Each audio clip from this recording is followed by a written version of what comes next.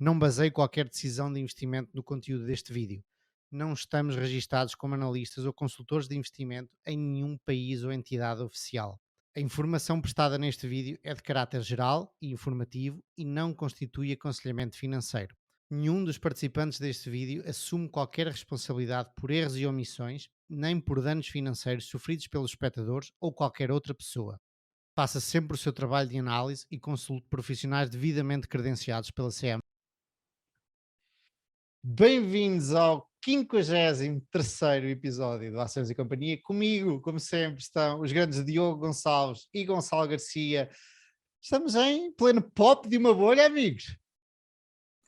Acham que sim? Acham que estamos? Estamos, não estamos?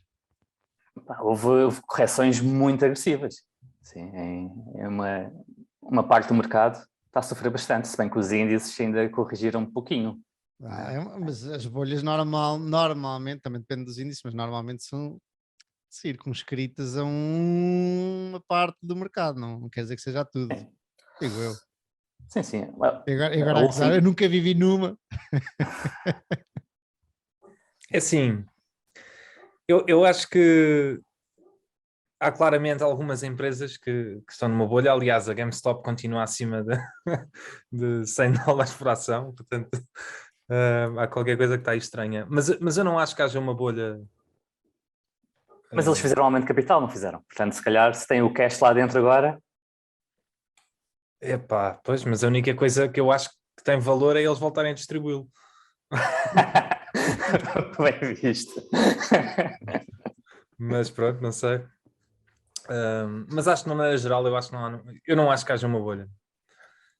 Eu por acaso até tenho andado ontem e hoje estive a olhar, até porque tu meteste lá no grupo, e há muita gente a dizer que parece que voltámos ao ano 2000, não é? E pá, eu fui analisar as empresas tech da altura e juntei assim as maiores empresas tech de agora, de SaaS. Epá, e não tem nada a ver, as valorizações de agora não têm nada a ver com o que eram. Por exemplo, o price sales médio ali no pico de 2000 do conjunto de empresas tech estava nos 25, né? Epá, e eu conheço 3 ou 4 empresas que estão estão perto desses valores. O resto, é verdade que muitas já caíram para 50%, mas o resto está muito abaixo disso. Muito abaixo disso. Mas lá está, a bolha já arrebentou. Sim.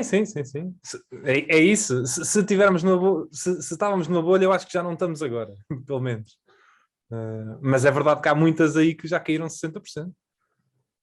E quando um gajo diz uma bolha, também não estou a dizer que será uma bolha como a .com. Há bolhazinhas aí pelo meio, exuberâncias, como dizia ali o Gonçalo, assim, malta está... Com a diferença que as taxas de juros agora estão a 1,9 e na altura estavam a 5, né? Também significa que mesmo estando à mesma valorização, não é? Hoje em dia estaria mais barato. E também outra diferença relevante é que o resto do mercado, para além das tecnológicas, na altura, estava a múltiplos muito baixos. Portanto, na altura, as .com porque estavam mesmo, era uma exuberância inacreditável. Não é? Havia aquelas avaliações por preço por clique. Tu pagavas. Era assim que as empresas eram avaliadas. Agora é um bocadinho diferente. Sim, exato. Também acho que as tech hoje em dia têm um bocadinho mais valor do que algumas, não todas, não é? Mas do que muitas que havia na altura. Também existia a Microsoft já na altura. Mas mesmo a Microsoft, se nós formos a ver, não é? A história do que se diz, a Microsoft depois teve 15 anos sem retornos, não é?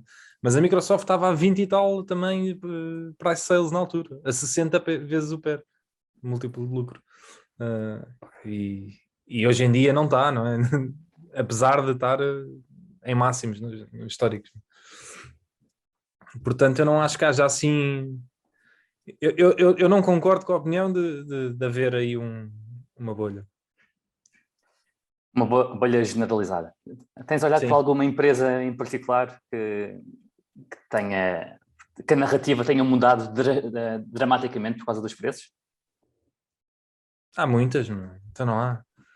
Sim, mas alguma que tu estejas especialmente interessado? Opa!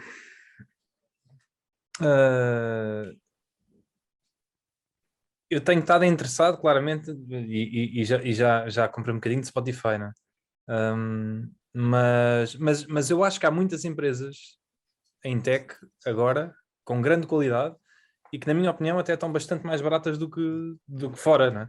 Se nós olharmos até para uma Salesforce, está consideravelmente abaixo dos valores que tem estado ao longo, historicamente, né? E que está muito abaixo dos mesmos múltiplos em empresas como Coca-Cola, McDonald's, etc. Por exemplo, a Salesforce historicamente costumava estar entre 6 a 10 preço de vendas, pá, e está a 5 agora. Portanto, está abaixo da média de sempre, portanto, desde 2012. E como a Salesforce há muitas, e a Salesforce não é uma empresa de tech qualquer, não é? É o maior colosso de software enterprise que existe. Portanto...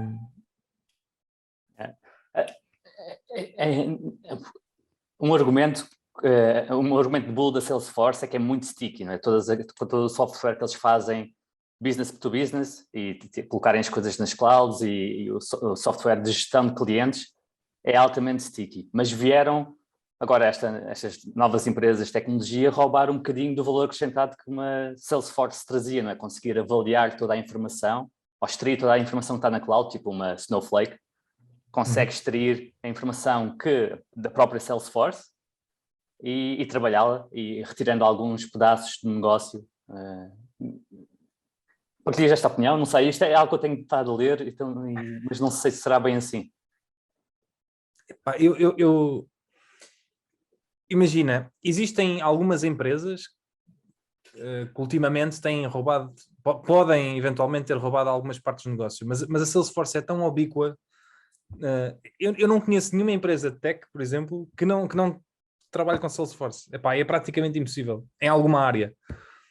Agora, podem começar a trabalhar com outras em coisas específicas, porque a Salesforce também vende, não é só vendas, né? Eles têm imensos softwares diferentes. Mas até aí, lá está. Eu acho que eles têm muito mais, a longo prazo, têm muito mais capacidade de... Como lá está, já toda a gente é cliente deles, tem muito mais capacidade de fazer cross-selling, não é? Do que os outros que estão ali em nichos. Portanto, eu não vejo...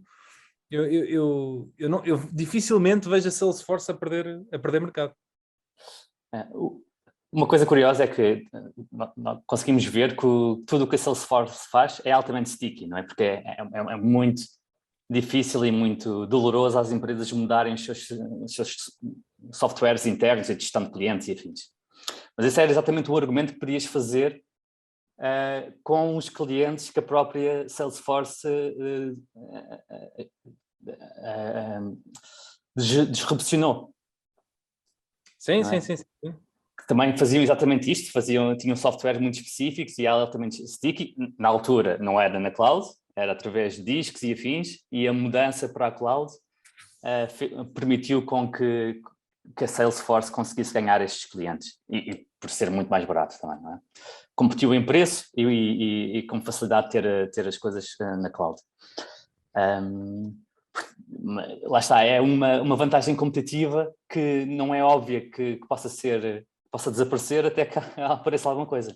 É assim, eu acho que obviamente pode sempre surgir alguma coisa que seja disruptiva, mas o negócio de tech, de software, não é tech, é empresas de software, é muito melhor agora do que era antigamente antes de haver a cloud. Porquê? Porque antigamente, e ainda existem empresas hoje em dia assim, por exemplo a Alteryx, que foi uma grande empresa que no Twitter se andava a falar, que toda a gente gostava dela, depois aquilo foi um colapso. Ainda existem empresas que fazem como se fazia antigamente, que é tu crias um software e vendes aos utilizadores. Só que o que acontece é que tu vendes aquela versão fixa e depois estás durante muito tempo, às vezes anos, às vezes até nunca, sem atualizar aquilo. E era assim que acontecia antigamente. Tu vendias uma licença perpétua e os utilizadores podiam usar aquele software para sempre. Mas aquilo raramente tinha atualizações, né? Ou se tinha era de vários anos em vários anos. E portanto era muito mais fácil, durante esses anos, surgir alguém com um produto muito melhor. O que se passou quando o software passou para este negócio de SaaS em cloud é que eles estão constantemente a iterar e a melhorar a plataforma. Tu neste momento, tu não vendes uma licença perpétua, tu vendes o acesso, não é? Mas tu, se calhar, de 2 em 2 semanas, ou de mês a mês, ou de 2 em 2 meses, estás sempre a atualizar. E, portanto, estás sempre continuamente a melhorar o produto. Isto claramente é uma vantagem muito... Ou seja, este tipo de negócios hoje em dia tem uma vantagem competitiva muito melhor, porque aquilo não está estagnado. Tu, se continuares a pegar no lucro que estás a ter e a reinvestir para continuar sempre a melhorar o produto, é muito mais difícil um dia te virem roubar o mercado. Não deixa de ser possível. Mas eu acho muito mais difícil agora do que era antigamente. E tu já usaste alguma vez o software, algum software da Salesforce? Diretamente não, porque aquilo não é propriamente para mim, não é? Porque aquilo ou é para as equipas de vendas, ou marketing, ou etc. Ou então são há malta de tech especializada, mas que só trabalha com Salesforce, não é? E portanto eu pessoalmente nunca usei, mas em todas as empresas que eu tive, todas elas trabalharam com Salesforce. Na verdade, eu uso serviços da Salesforce, mas Slack, não é? Usas o Slack, pelo menos. Por exemplo, sim, e a ser da páginas da Salesforce, mas não sou eu que configuro ou que trabalho com aquilo. Né? Eu trabalho muito mais com outras empresas de tech, tipo a Twilio. A Twilio é uma coisa que constantemente trabalho com ela. Mas todas as empresas que eu conheço usam Salesforce, não há volta a dar. É muito difícil não usar aquilo. Mas também pela dimensão deles. Né? Eles têm milhares de produtos. Eles não é só vendas. Né? Hoje em dia eles fazem milhares de coisas diferentes. Nem sei se alguma vez utilizei algum produto da Salesforce. Talvez, mas não me lembro. Mais coisas da semana, vocês sabem? Olha, sabemos uma, que falámos no outro dia, o Conor Ailey, que é um tipo conhecido por ter bons retornos no seu fundo, que se julgava que era maioritariamente microcaps, e esta semana, pela primeira vez, ou recentemente, publicou-se o 13F, o 13F, que é um documento que nos diz quais são as maiores posições do fundo, e afinal ele tem Alphabet e Amazon, duas big techs, não se estava à espera disso.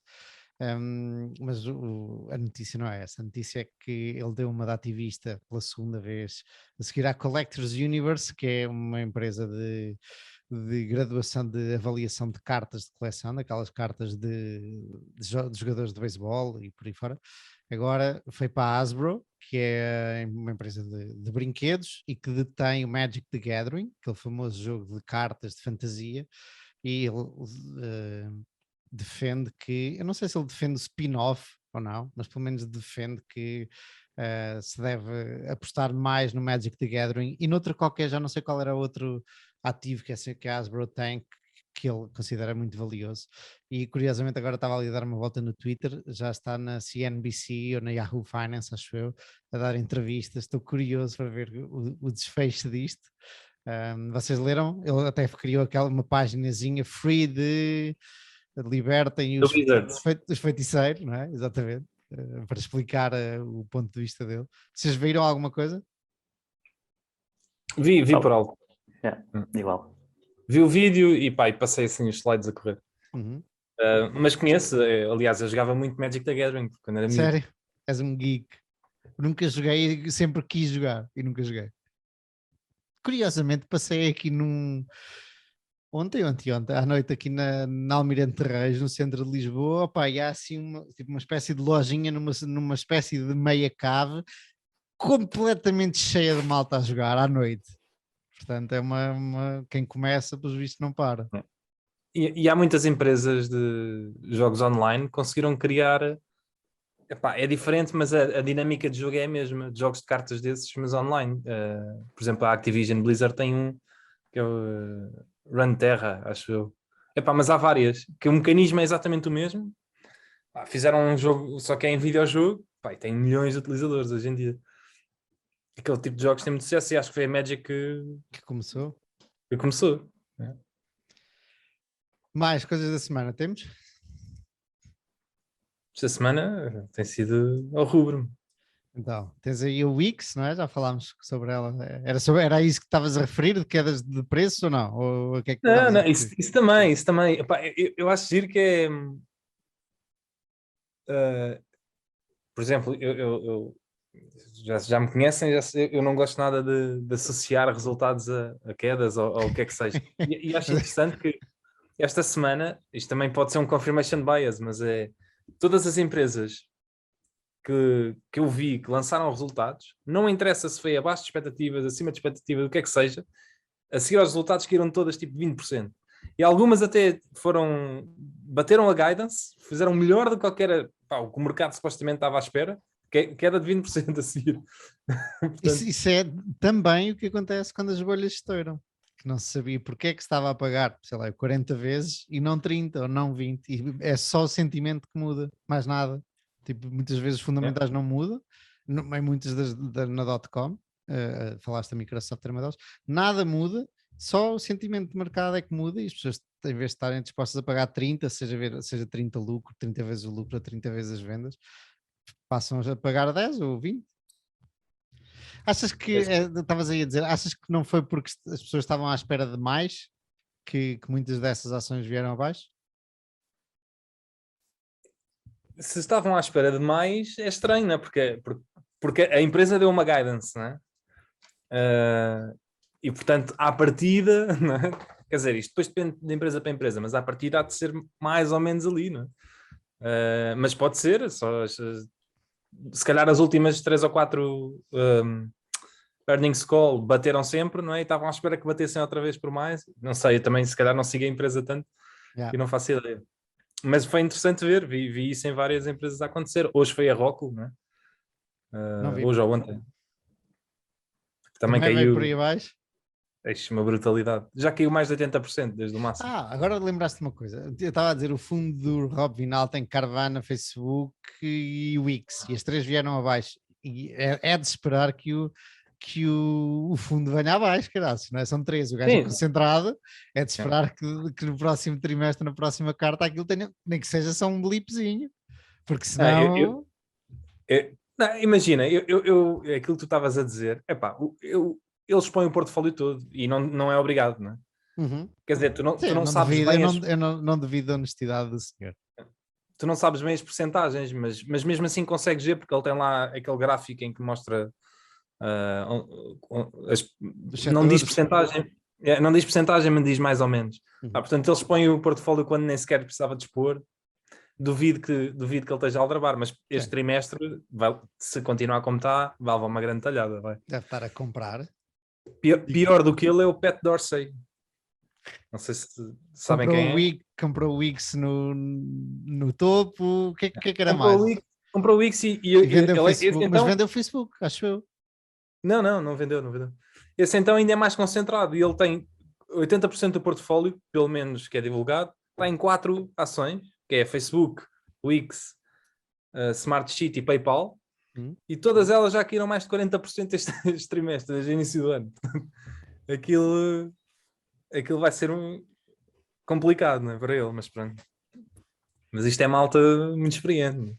A malta é considerável. E quando já és super rico, que eu suponho que esse senhor seja, porque não sei se não era até um dos fundadores da Morningstar,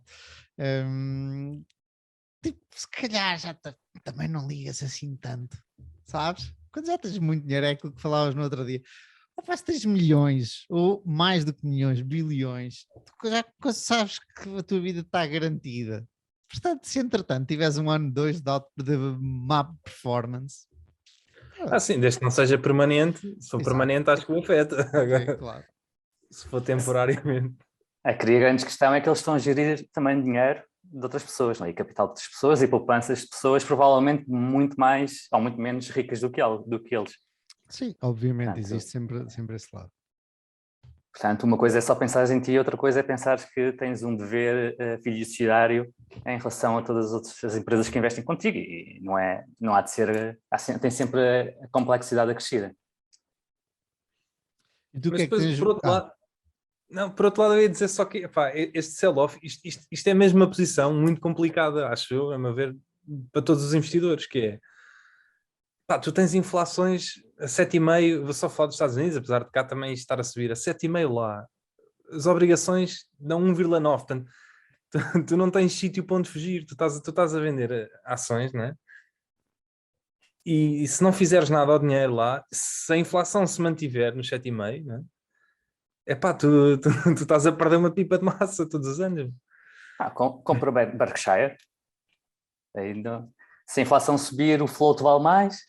Se cair, não faz grande diferença. É um ativo de refúgio, assim como haverão outros. Mas para mim o mais óbvio, neste cenário, de aumento de taxas de juros e aumento de inflação, é a Berkshire. Aqui temos, Eu- nada assim, disto é recomendação. A questão é que eu não sei, sim, eu não sei até que ponto é que. No outro dia estava o Thomas, eu não sei dizer o apelido dele, que é o da Interactive Brokers, o fundador e ainda é CEO daquilo. Estava a dizer, e é um bocado verdade, pelo menos eu não consigo ver esta solução, que é, eu acho que os bancos centrais, eles não estão seriamente a tentar combater a inflação. Ainda não, também ouvi essa. Pá, e há vários motivos para isto, mas um deles e o que o Thomas dizia era, pá, se a Fed quisesse mesmo combater a inflação com a inflação a 7,5%, tinha que subir as taxas de juros rapidamente para pelo menos 2 ou 3 ou 4, não é? Ou começar a fazer alguma coisa, eles ainda não começaram a fazer nada. Só que isso depois levanta outro problema, que as dívidas nunca tiveram tão altas, não é? A dívida americana, e se eles subirem para 4% ou 5%, ou mesmo 3%, vão acrescentar ao déficit, não é? Aquilo que tem que pagar em juros, mais não sei quantos trilhões ao ano. Aí, como é que eles vão pagar isso? Não é? Aumentando a despesa pública, vão ter que emitir mais dinheiro e isso também aumenta a inflação. Portanto, eles estão um bocado presos entre a espada e a parede, que é ou não sobem as taxas de juros e há inflação, ou sobem e vão ter que gastar mais dinheiro para pagar os juros e emitir mais dinheiro, o que também faz subir a inflação. Eu acho que está toda a gente à espera que seja transitório, não é? Que isto seja agora um pico, eventualmente depois que haja inflação, mas mais baixa do que os 7, ou para onde é que ela anda agora. Eu acho que é isso que está tudo à espera. A ver, vamos.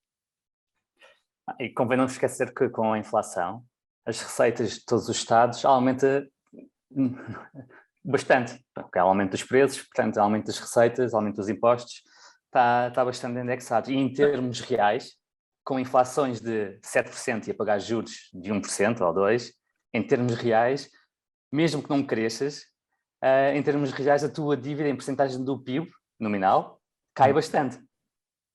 É isso. É que inflações agora neste nível são ótimas para os países limparem a dívida, não é? É uma maneira de limparem a dívida.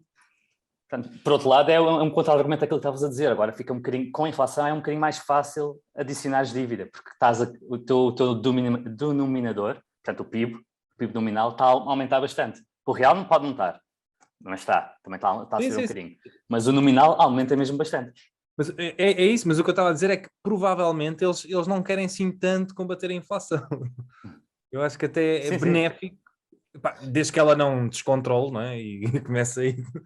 Eu acho que até pode ser benéfico, não é? Essa inflação para os Estados. Também tivemos tantos anos sem inflação que agora vem compensar o que está para trás.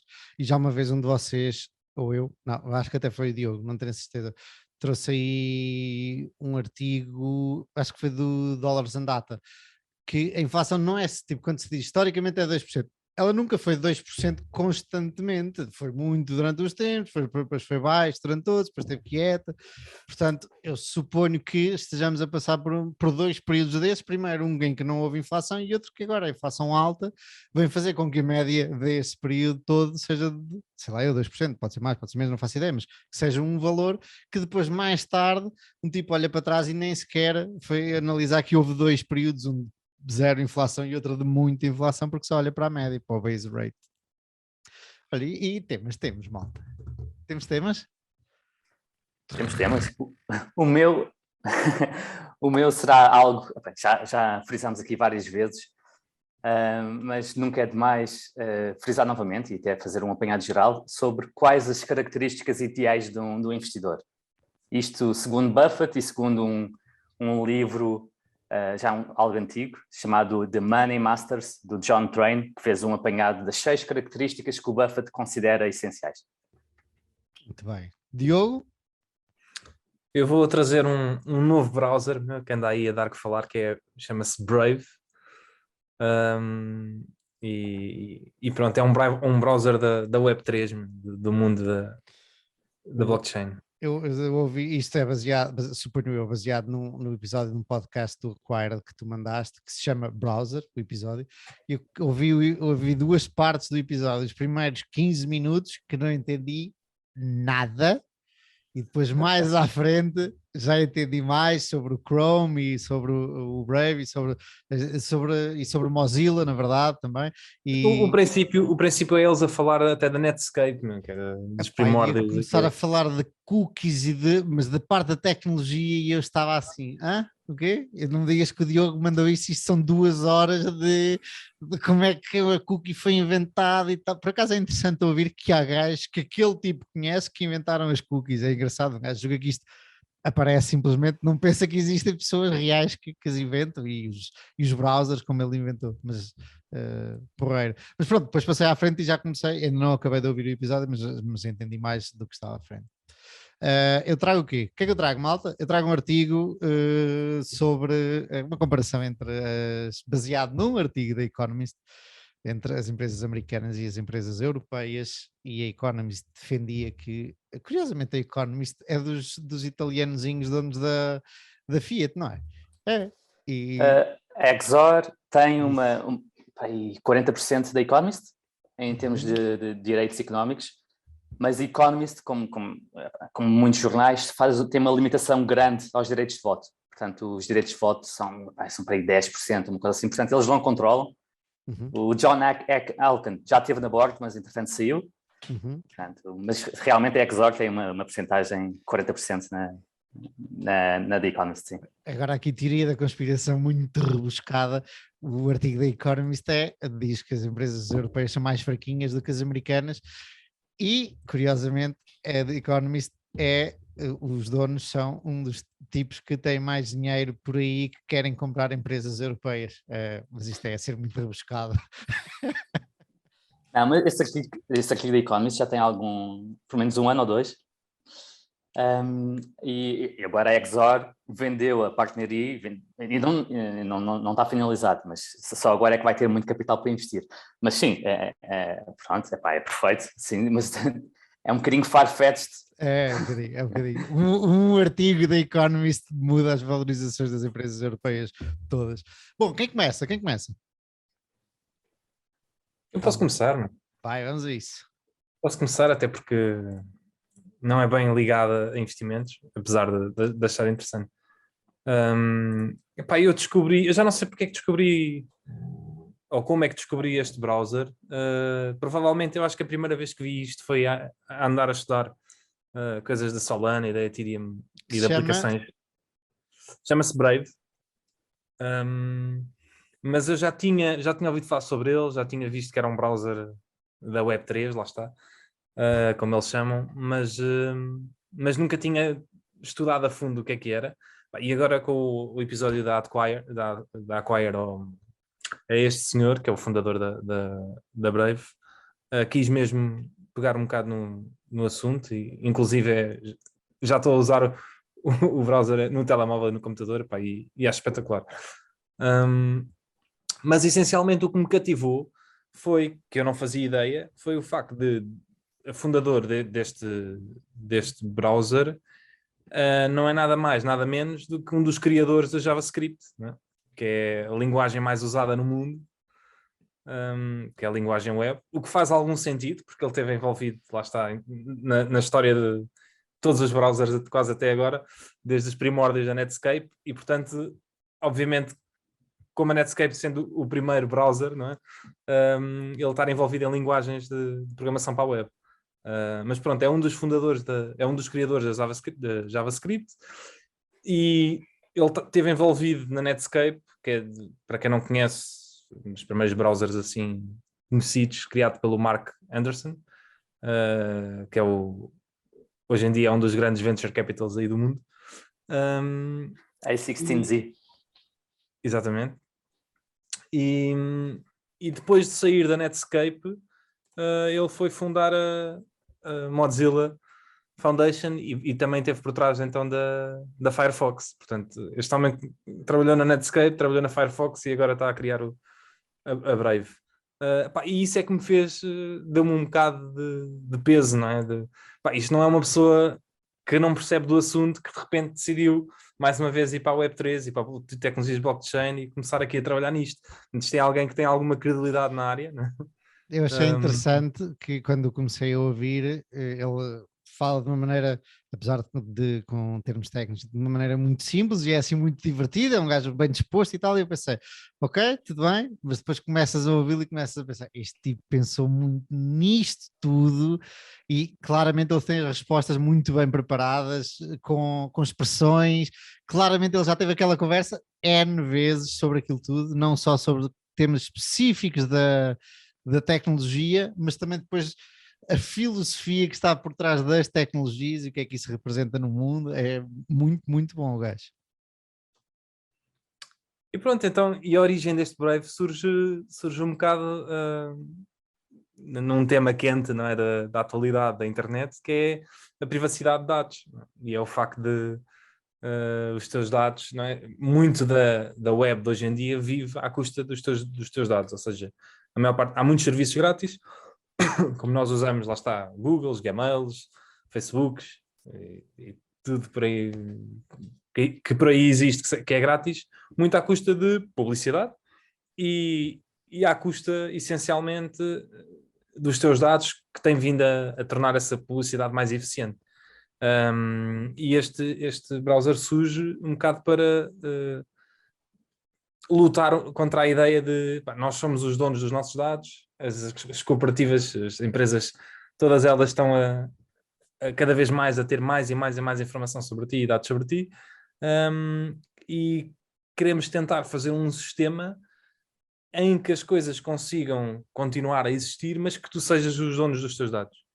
E, portanto, uma das questões core deste browser é a questão da privacidade e é a questão dos teus dados não serem entregues a ninguém. É por isso também que eles tentam bloquear praticamente toda a publicidade que existe online.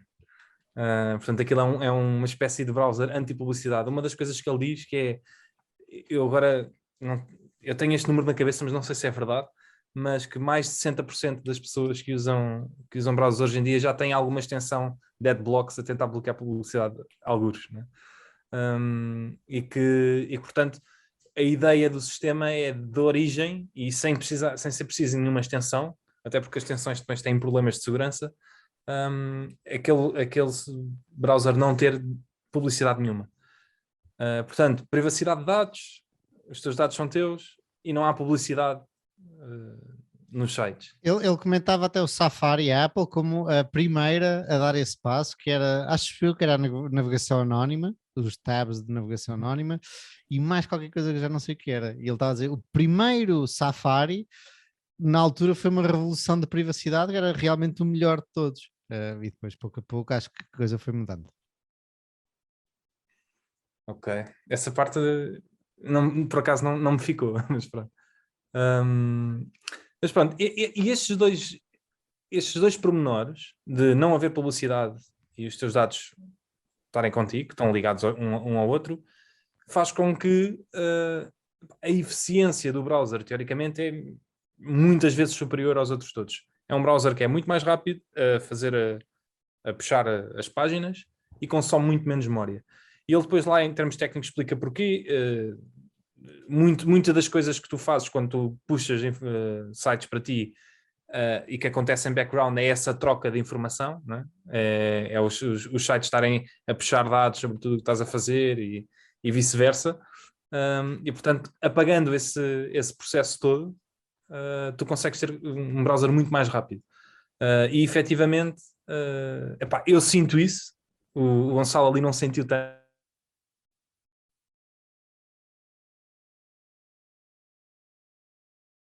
Tabs abertas e 40 tabs. E o Chrome na altura começa a ser um bocado complicado para o computador e para mim sinto mesmo as coisas a ficarem mais lentas. E se abrires eu tenho muito isso, muitas vezes tenho duas janelas em cada monitor de Chrome completamente carregadas de coisas e às vezes depois até, não sei porquê, abres aquele coisinho, não sei como é que se diz, que diz o desempenho e as aplicações que estão a gastar mais memória e mais CPU, como é que chama isso? É isso, é Não é o um painel de medidor. controle, é assim uma coisa. Opa, e o Chrome come-te memória, que é uma brutalidade. Normalmente, no meu computador, pelo menos, é a aplicação que come mais memória. E já pensei nisso, só que depois o Chrome, eu estou agarrado, não sei se dá para. Há de dar, suponho eu, estamos no século XXI, mas para passar as passwords que eu tenho no Chrome, é o Chrome que as gera, e os bookmarks, os favoritos. E é por isso que eu ainda não mudei. Mas estavas agora a falar e eu já abri a página do Brave e se calhar vou instalar o Brave e suponho que dê para importar. Sim, isso dá logo. Só logo Ok. as duas coisas consegues muito facilmente passar de um sítio para o outro. Os O que não dá bookmarks, tão. Desculpa, diz. isso sim. Os Não, a única bookmarks coisa. eu já fiz, eu sei que dá, as passwords não sei. Sim, as duas coisas dão. Portanto, a questão é que tens de dar autorização para o Brave ter tanta informação como tem o Chrome. Há aqui a questão da confiança, mas se tiveres confiança, é tranquilo. Qual é a coisa que não dá? Isso. A coisa que não dá são as extensões.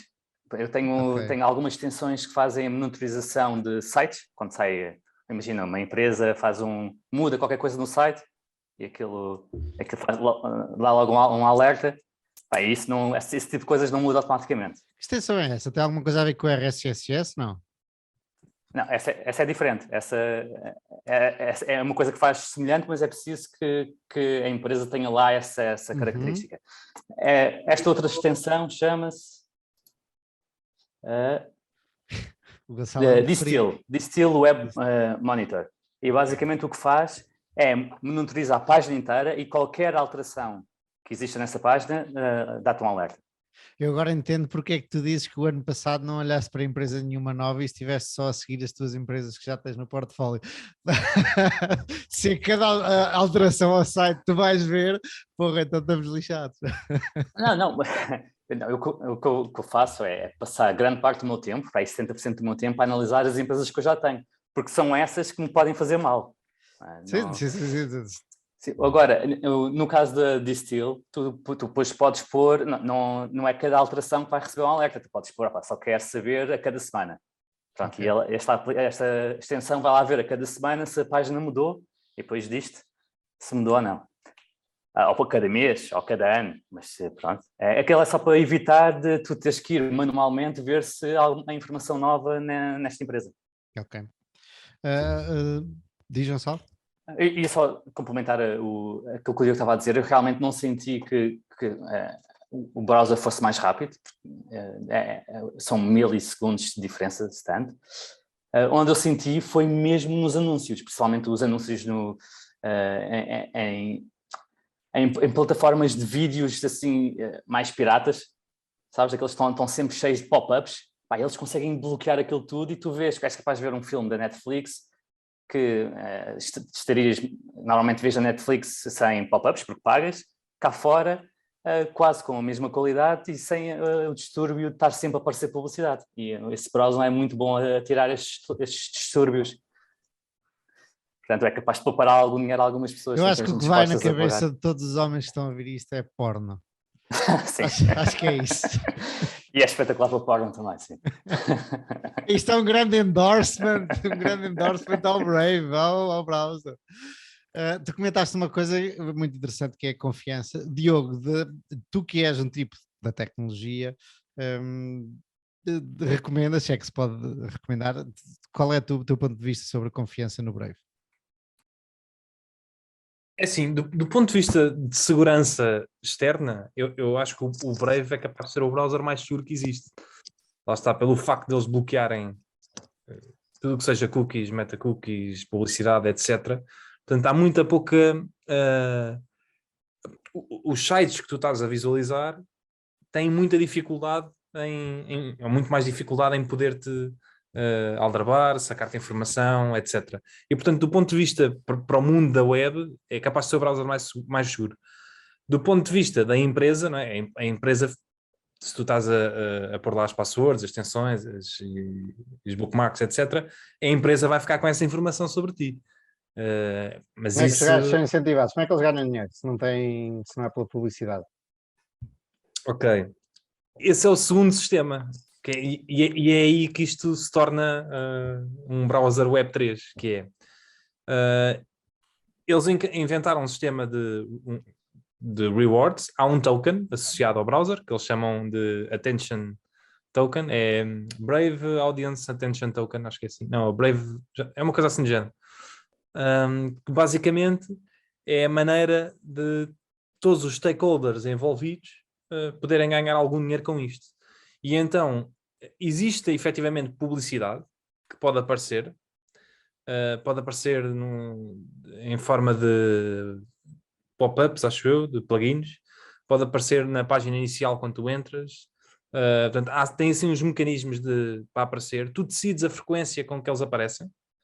Okay? Podes escolher que não queres nada ou queres.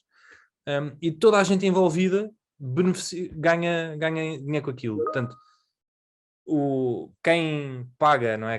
Pela publicidade paga à Brave, a Brave fica com uma percentagem e entrega, eu acho que são 70%, exatamente, é 30% para ela, acho eu, 70% para os utilizadores. Ou seja, nós ganhamos também com essa publicidade. A ideia é, pela minha atenção, não é? Pelo tempo que eu perdi com aquilo, eu recebo uma parte do dinheiro que a pessoa que gastou a publicidade gastou. E como é que isso funciona na prática? Quando fazes o download, abre-te uma conta em algum sítio ou como é que tu recebes esse dinheiro? Ok, eles têm integrado tu podes fazer isto de duas maneiras. Podes integrar a tua própria wallet, que é uma espécie, não sei se alguma vez algum de vocês viram a MetaMask, que existe muito para a Ethereum, que é a mais conhecida, que é uma espécie é uma extensão para o Chrome. Não tem que ser, mas surgiu inicialmente assim e é mais utilizada como extensão. É uma extensão para o Chrome que serve de carteira digital. E portanto tu podes ter o teu dinheiro nessa carteira que está lá e podes fazer os pagamentos, podes receber o dinheiro a partir de lá, etc. Eles têm uma carteira, uma wallet especial que se chama Brave Wallet, que ela não vem criada, mas se vocês forem... É suposto aparecer um íconezinho à direita, ao lado daquele símbolo dos 3 tracinhos. Mas se não tiver aí de origem, eu acho que eu não me lembro de estar... Fui lá aos settings e disse Brave Wallet e criei a minha carteira. Okay. Dei uma password, não sei o que mais, ele criou a minha carteira. E basicamente tens um símbolo também cá em cima que é o de Brave Rewards, que ele vai-te dizendo mais ou menos quanto é que tu estás a receber. E uma vez por mês, num dia determinado, a Brave paga-te esses quantidade de tokens que tu recebeste para dentro dessa tua Brave Wallet. Fazes ideia que isso são cêntimos ou euros ou... Eu comecei a usar isto há 2 dias, pá, e ainda não estou a usar a 100%, né? Mas neste momento fiz 20 cêntimos. Portanto... E é consoante usas mais ou é igual para toda a gente? É igual para toda a gente, mas tu podes definir a quantidade de publicidade que te aparece. Ok. E portanto, por isso ganhas mais. Exatamente. Ok. Isso é tipo aquela empresa, aquela rede social que eu no outro dia falei do português, que a história era dividir os lucros pela malta toda que está a gerar esse lucro. Mas não me parece aqui que possas tirar o dinheiro de lá. Não podes converter estes tokens em dólares. Eventualmente podes, sim. Não, eu tentei e ele diz que só deixa utilizar para comprar serviços, comprar extensões e outras coisas na Brave. Mas tu já tens. É porque tu só recebes... Mas olha que... Desculpa, sim. É estimado, tu só recebes no final acho que a próxima vez que as pessoas vão receber é dia 5 de março. Sim, mas certo, mas depois fui ver onde é que dava para utilizar e como é que era possível converter, e eles dizem lá que só é possível para comprar coisas lá dentro. Que é um mecanismo de mais recompensa para os developers externos.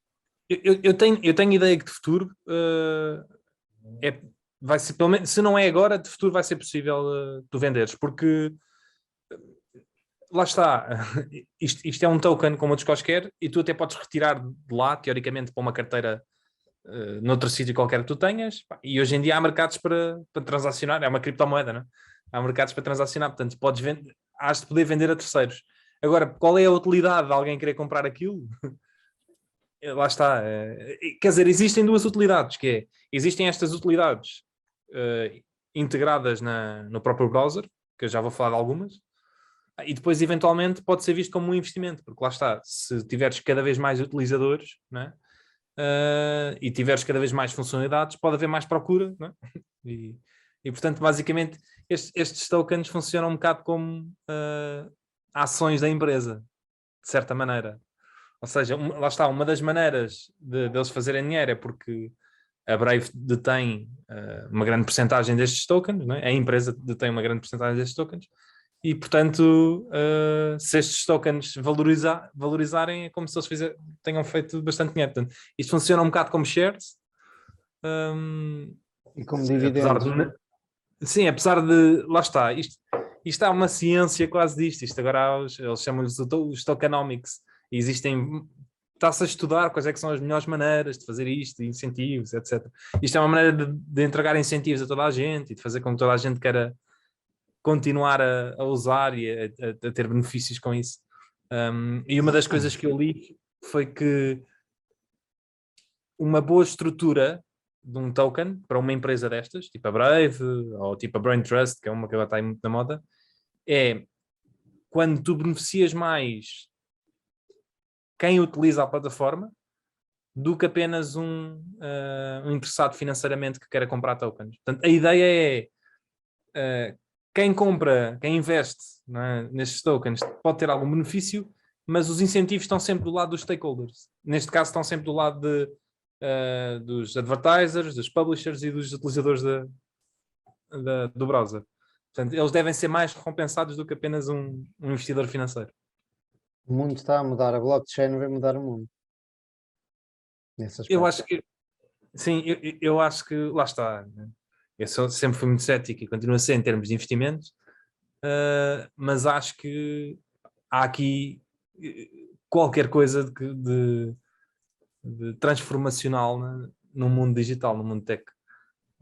E quando tu tens imensas pessoas, tipo este gajo, não é? Que é uma das pessoas mais credíveis em termos da web, não é?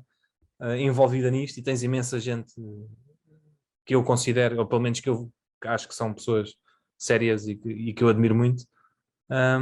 Alguma coisa há aqui, não é? Eles não podem estar todos errados nisto.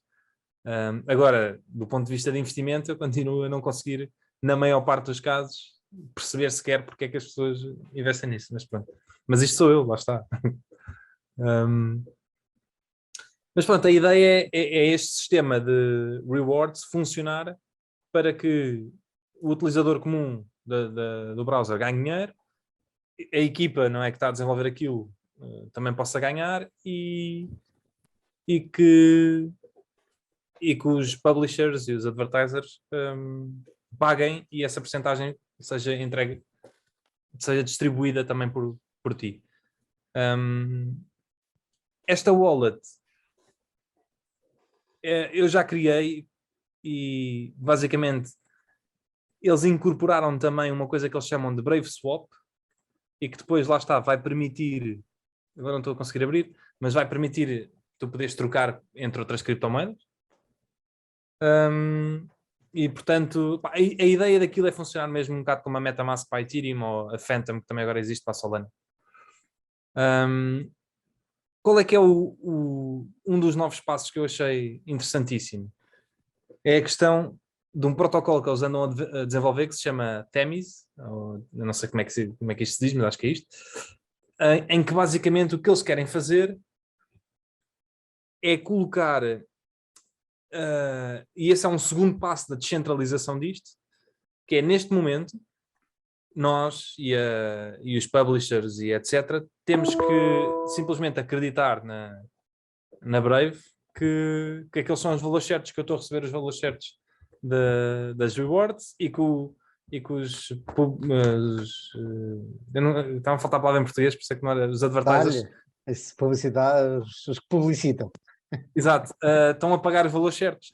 Hoje em dia, nas outras plataformas todas, Facebook, ou tudo o que seja, o Google, etc., existem pelo meio Ad Network Exchange, tipo uma espécie de bolsas, não é? Existem vários passos, o processo de publicidade é complexo, mas em que as pessoas pagam e aquilo depois há regateio, depende da quantidade de pessoas que está a querer pagar naquele momento, e portanto pode estar a pagar mais ou menos, e aquilo é tudo muito pouco transparente, não é? Porque aquilo passa por várias empresas, e tu não fazes ideia de... Tu simplesmente tens que haver confiança e tu acreditas nelas todas, não é? E acreditas que ninguém está a aldrabar.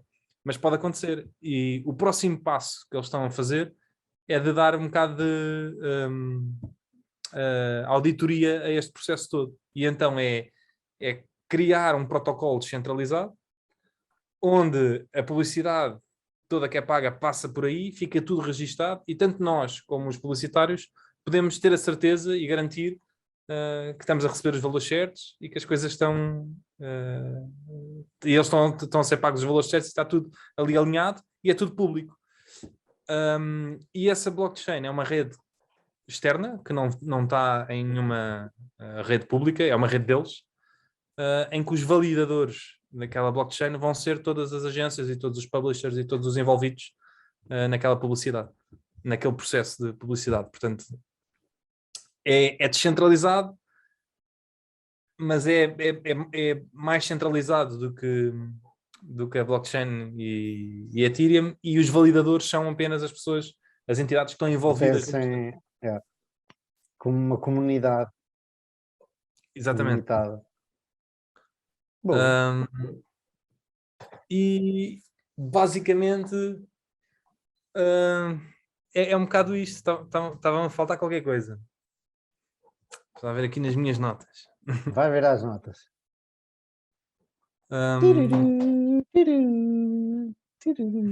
Mas pronto, este passo deste protocolo ainda não está 100% em vigor, não é? Isto é uma coisa para futuro.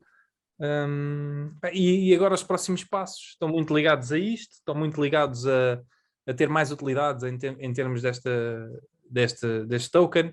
Por exemplo, uma das coisas que eu achei interessante é que no Twitter ou na GitHub ou noutras plataformas que eu uso, tipo fóruns e que envolve muita gente, ou redes sociais, eu posso dar tips às pessoas. Tipo, alguém que fez um comentário, fez um tweet, eu tenho lá uma opção de dar uma tip e dar-lhe um dinheiro qualquer. Como aqui no YouTube, e esperemos que um dia, quando tu estiveres a comentar qualquer coisa, já assim alguém, pim, toma lá dinheirinho. Exatamente. Eles estão a tentar pôr utilidade, não é? Agora a gerar utilidades dentro do browser para as pessoas poderem fazer transações e usarem aquelas moedas. Mas pronto, sim.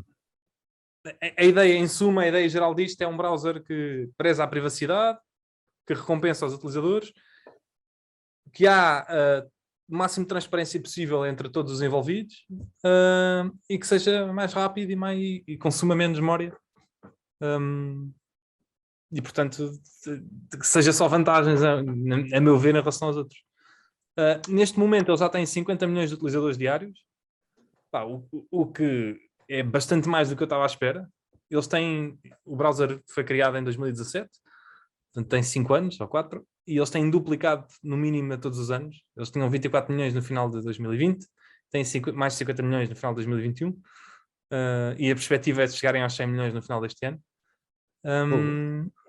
E ele já estava a falar de quando começas a ganhar alguma escala, a partir de, sei lá, 200, 300, 400 milhões de utilizadores.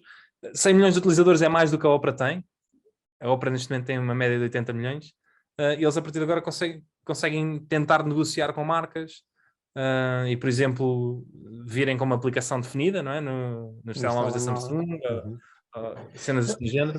Fora nisso, o search deles não é da Google, não usam o Google Search?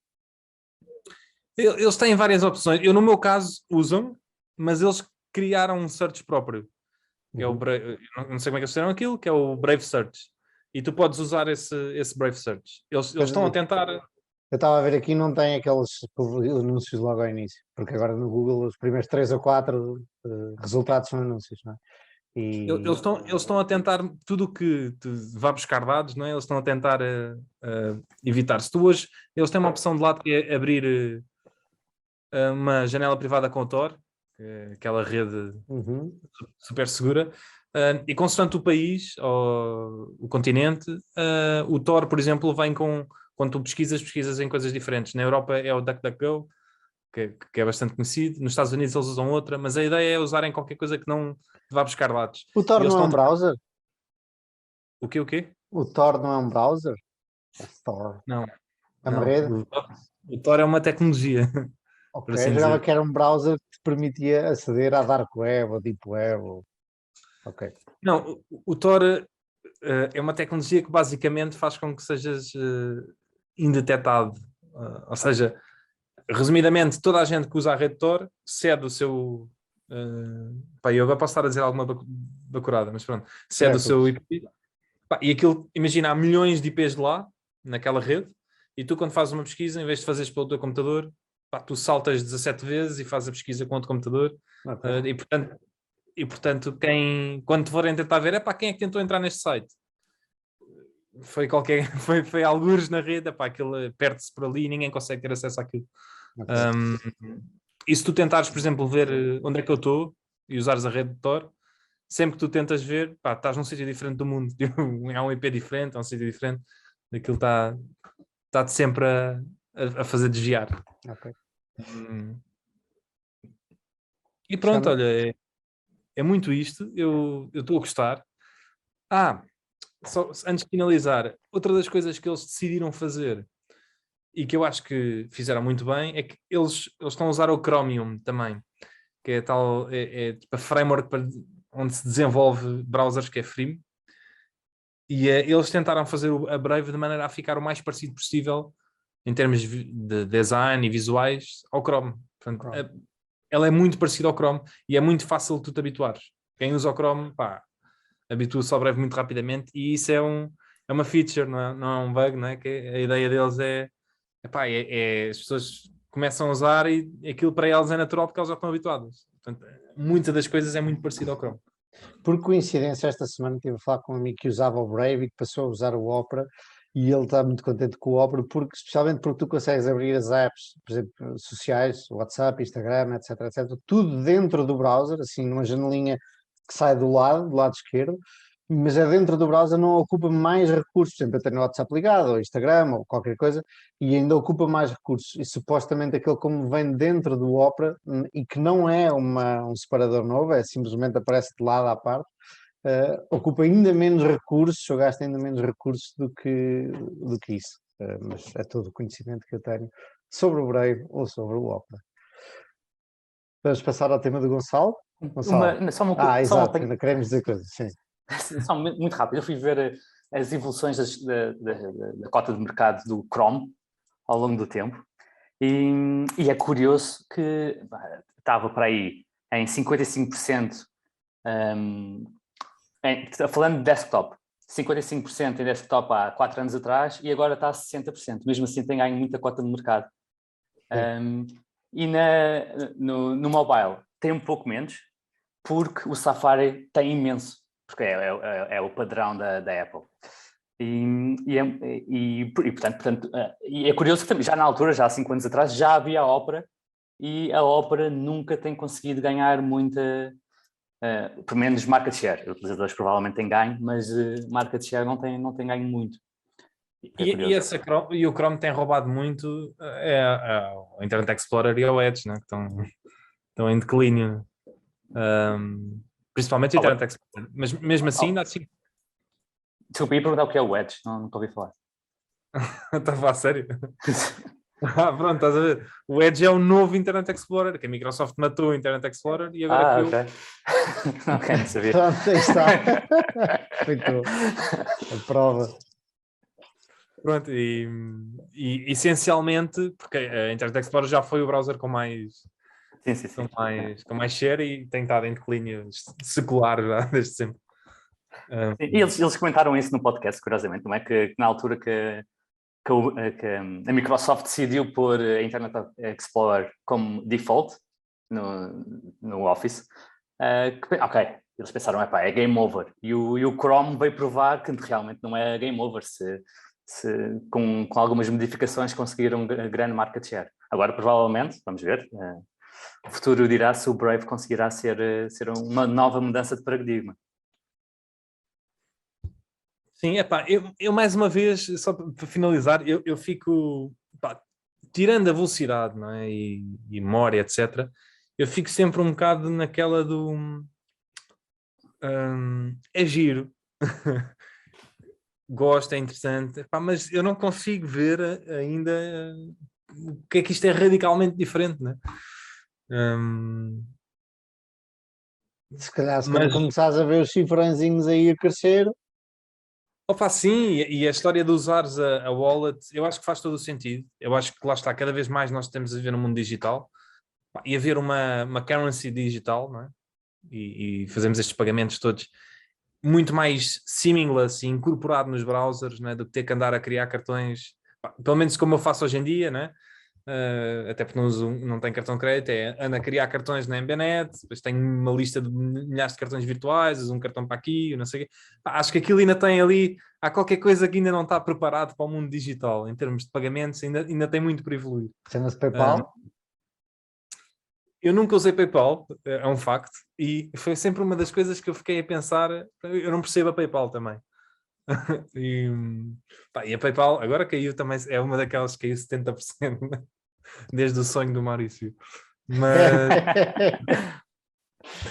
Mas eu nunca percebi a PayPal, e a PayPal é uma empresa de centenas de bilhões de euros. eu também não percebo. O que é certo é que é perfeita. Com 2 cliques pago tudo online. E seja a PayPal, seja outra qualquer que faça a mesma coisa. Tanto faz qual é que é, não tenho. Por acaso usa PayPal, podia usar outra qualquer. Há quem usa o Revolut, também não sei se funciona da mesma maneira que a PayPal. Mas pagas tudo online em 2 cliques. Eventualmente podes pôr um double opt-in para te vir uma mensagem para o telemóvel para dar autorização, para não haver fraudes e tal. Mas Então, eventualmente isto poderá ser uma grande ameaça à PayPal. lá está, Mas é sim. outro mundo que também se mexe muito rapidamente, é o mundo dos pagamentos online. É um dos motivos pelo qual nunca consegui investir em nada na indústria. Uhum. É porque eu não consigo perceber. Tu tens Adyen, PayPal, Stripes, Visas. e depois tens a Visa, Mastercard, mas acho que elas, a PayPal, não sei, mas acho que todas elas usam Visa, mesmo a PayPal usa a Visa de alguma Não maneira. entendo nada disso também. Aquilo para mim. Mas a Visa e a Mastercard e a American Express é a infraestrutura que liga os pagamentos às contas bancárias. Ainda Portanto, assim, entender o que Mas é isso também não é infraestrutura e Stripe? quão difícil é de fazer a infraestrutura, tudo isso é difícil de entender. Tipo, onde é que está a infraestrutura? Mas a própria Sabe? Visa e a Mastercard saíram dos bancos. Foi os bancos que decidiram criar uma infraestrutura comum que todos pudessem usar. Pois, mas... E onde é que entra a Stripe aí? Exato. A Stripe não conheço muito bem. E depois, será que essa infraestrutura de um dia para o outro... lá está, isto é para demonstrar a minha ignorância. De um dia para o outro essa infraestrutura não pode ficar obsoleta porque aparece um blockchain, um Stripe, um Brave ou qualquer coisa, e como não se vê, como é uma coisa que eu não consigo ver e que não entendo, obviamente também nunca estudei muito, nunca decidi, é-me difícil entender se aquilo vai andar aqui daqui a 10 anos, ou se de repente aparece um destes qualquer e já não é preciso essa infraestrutura, há uma maneira mais fácil, como é tudo muito imaterial e escondido lá atrás, é como o Twilio, não faço ideia. Certo, e sem dúvida. E, por exemplo, imagino que se tiveres uma carteira da PayPal, imagina, tens lá dinheiro depositado e usas para comprar as tuas coisas, eles não vão usar a infraestrutura da Visa. É só quando tu precisas de carregar ou se tu conectares a PayPal à tua conta bancária é que eles vão usar a infraestrutura da O PayPal Visa. está ligado à tua conta bancária ou ao teu cartão de crédito. Portanto, sai sempre do meu cartão de crédito. Portanto, o Visa anda lá atrás de alguma maneira. Mas podes também ter lá um saldo. Também, mas de qualquer forma tens sempre que ligar aquilo à tua conta, por acaso passei isso por isso esta semana, à tua conta bancária ou ao teu cartão de crédito. Mas sim, se calhar quando só gastas o saldo não estás a ativar, a usar a rede. É tudo muito confuso. Eu não percebo nada disso. Mas efetivamente, acho que faz sentido este de teres uma carteirazinha no browser e coisa. Parece-me que estar tudo ali embebido, aquilo, teres uma identidade no browser. Aliás, a própria Chrome também já faz muito isso, que antes não é? Tu entras nos sites, Já sabem quem tu és. tens de fazer login. O browser tem a tua identidade, tipo isto agora do single sign-on e teres as passwords, Aquilo é, tu entras e já entraste e podes pagar já, tipo, sem estares a ter que estar sempre a autenticar coisas. Portanto, acho que isto tem aqui algum futuro pela frente, mas ainda está assim muito no início. E depois vai aparecer o metaverso e vai baralhar ainda mais as coisas e é tramado este mundo da internet. A vantagem que eles também dão da Brave Wallet estar embebida no browser e não ser uma extensão, porque neste caso a MetaMask e as Phantoms são extensões, é também em termos de segurança. A extensão é sempre mais insegura, não é, do que, até porque qualquer pessoa pode fazer uma extensão, não é, para o Chrome. E qualquer pessoa consegue criar extensões parecidas com código malicioso e tens que estar a instalar coisas. É um cão? Tem maluco. Tem coisas para dizer sobre as extensões. É o meu cão que está ali a brincar lá dentro.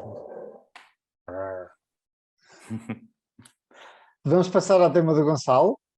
Bora lá, rapidinho. Vamos a isso? O meu E o meu também. rapidinho. Vamos a isso. Bora lá. Então vamos lá. As 6 características ideais do investidor segundo o Buffett. E à medida que eu for dizendo, digam-me se vocês se revêem nelas ou se acham que é algo que vocês possam trabalhar ou sequer, que nem sequer achem que é importante. A primeira, devemos ter controle sobre a nossa inveja e ambição e ter um fascínio pelo processo de investimento. Portanto, basicamente, o Buffett acha que controlar a inveja significa, sobretudo, não ter pressa em ficar rico e não ter demasiada ambição e interesse monetário. Porque isto, lá está, pode levar à morte do artista. Por outro lado, zero interesse e zero ambição também significa que não fazemos o trabalho de casa, que não vamos ao escritório ou que não temos grande interesse por investir. E, como muitas coisas na vida, interessa aqui balancear. O que ele acha, sobretudo, importante é ter o fascínio pelo processo de investir e não o fascínio pelo dinheiro. Primeiro que tudo, quantos pontos são? São 6. Ok. Eu acho que sem dúvida, de toda a razão, às vezes teria essas conversas com vários amigos e até costumo dizer que tipo, eu sou um colecionador de dinheiro. Na verdade, eu não quero gastar o dinheiro. Eu curto é ter dinheiro para investir e é um processo, tipo, é uma masturbação mental investir. Porque ele estava a perguntar, é um amigo arquiteto que gosta muito ou gostaria de investir em casas e em experiência e ter as suas casas e tal. E ele estava quase a criticar investir em ações. E começámos a discutir sobre isso. E ele está a dizer, sim, mas tens ações, mas não fazes nada com elas. Como se, por exemplo, com uma casa, podes aproveitar a casa. E eu sei, é um desafio mental, intelectual, é interessante. Portanto, eu dei o nome de uma masturbação mental, na verdade. É interessante saber que é um jogo, é interessante. E eu não quero, na realidade, gastar o dinheiro. Eventualmente vou querer gastar o dinheiro, mas o objetivo não é gastar dinheiro. E depois põe-se aquela pergunta, então para que é que queres dinheiro? Se não é para gastar? Opa, é um jogo, na verdade, no fundo, é um jogo. E o pináculo disso é o Buffett. O Buffett não vai sequer gastar 0,1% da sua fortuna. E, aliás, vai doar 99%, nem sequer vai passar aos filhos. E realmente tudo isto, os últimos 80 anos da vida dele, foi um jogo e foi claramente um dos melhores jogadores de sempre. Ponto número 2. Desculpa, força. Não, eu ia dizer que é giro isso que estás a dizer para que é que queres o dinheiro se não é para gastar, não é? Se fores a pensar, qualquer pessoa que tenha património não pensa nele para gastar. Não, eu acho que o que ele queria dizer não é para, neste caso deste meu amigo específico, não era para gastar, era para usufruir. Ele vê um investimento numa casa, por exemplo, uma casa de férias ou uma casa que alugas Airbnb e podes lá ir de férias, muito mais interessante porque podes usufruir, podes ter momentos, podes dar jantares ou fins de semana com os teus amigos e aí sim ele sente que o dinheiro dele está a ser bem utilizado ou bem investido, ao passo que ter uma ação numa conta de uma corretora, para ele não tem interesse absolutamente, é demasiado abstrato e não tem interesse absolutamente nenhum. É e não é, eu percebo isso, mas para já isso funciona se tiveres uma casa de férias, né? Porque se começares a ter 3, 4 casas, eu não acho que seja muito divertido andar, dá-te mais trabalho do que é divertido ir lá de vez em quando, né? Esse é o ponto número 1. E depois, também há contras, né? Porque quando tu tens uma casa de férias, se calhar sentes-te obrigado a ir à casa de férias. Quando estás de férias. Não tive de razão nada disso, desses argumentos. Mas pronto, mas percebo esse ponto. Mas a verdade é que o património é um bocado isso. Ter se não for para gastar, ou seja, se for sempre para gastar, nunca tens património, não é? Porque já o gastaste, ou estás a gastá-lo. Portanto, é um uma balanço. fatia. Exato. O truque, pelo menos para mim, o truque não é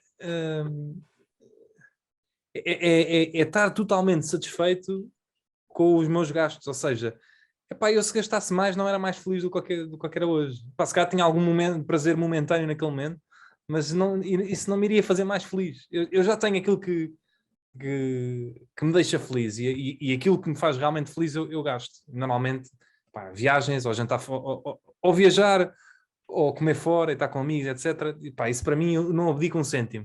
A partir daí, mais do que isso não pode-me trazer prazer ali momentâneo, mas não me dá felicidade. Portanto, e o truque a meu ver, é alinhar isso, é estar feliz sem ter necessidade de estar a gastar.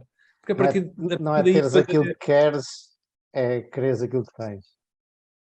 a partir daí depois é natural. Tu não gastas só porque não vês sentido em gastar, não é porque não é por mais nada. Se calhar o teu tema, Gonçalo, não é assim tão curto quanto isso. Pois, os pontos são rápidos de dizer, mas depois têm muito pano para mangas. E tocando ainda mais um pouco na parte do usufruir, não é?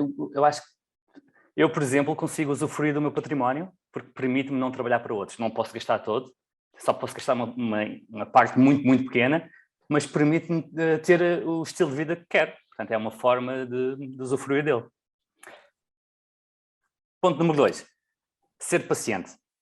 Não é? Devemos estar confortáveis em ser donos da empresa que compramos, não é? Das ações que compramos, e o Buffett diz muito isto, devemos estar confortáveis, mesmo que a bolsa feche, nos próximos 10 anos devemos estar confortáveis em ter estas empresas. Não devemos comprar para especular pelo preço em si, no curto prazo.